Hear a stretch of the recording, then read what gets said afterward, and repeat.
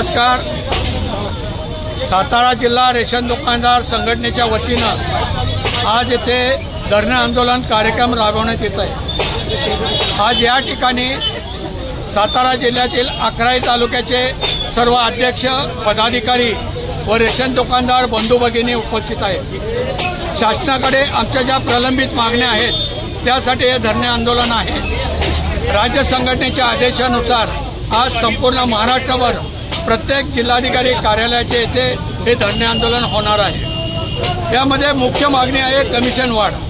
गेली 5-6 वर्ष झालं आमच्या कमिशनमध्ये वाढ होत नाही। आम्हाला ₹1.5 किलोला कमिशन मिळते, ते 3 ते 3.5 रुपये कमिशन मिळावं अशी आमची मागणी आहे। यापूर्वी अनेक वेळा निवेदन दिलेलं आहे, परंतु शासन आमच्या निवेदनाची दखल घेत नाही।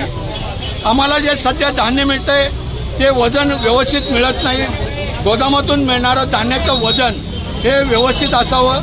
50 किलो धान्य व रिकाम्या पोत्याचे वजन 500 ग्रॅम, याप्रमाणे 50 किलो 500 आणि प्लास्टिकचं पोतं असेल 50 किलो धान्य व 200 ग्रॅम पोत्याचं वजन रिकाम्या पोत्याचं असं 50 किलो 200 मिळावं। सगळ्यात महत्त्वाचं म्हणजे सध्या KYC करायचं दुकानदारांना सांगण्यात आलेलं आहे, परंतु हे काम शासनाचं आहे। तरी शासनाला एक मदत म्हणून आम्ही हे काम करायला तयार आहोत, परंतु प्रत्येक दुकानदाराला प्रति कार्ड 50 रुपये हे आम्हाला मोबदला मिळाला पाहिजे अशी आमची मागणी आहे। त्याचप्रमाणे कोविडमध्ये दुकानदारांनी एवढं जीव तोडून काम केलं, परंतु त्याचा मोबदला आजपर्यंत शासनाने आम्हाला दिला नाही। ह्याचा मोबदलाही शासनाने आम्हाला द्यावा। लवकरात लवकर आमच्या मागणीचा विचार करावा। आता पावसाळी अधिवेशन चालू आहे, त्या अधिवेशनामध्ये आमच्या मागण्यांचा जरूर विचार करावा, अन्यथा येणाऱ्या विधानसभा इलेक्शनमध्ये आम्हा दुकानदारांना वेगळा विचार करावा लागेल।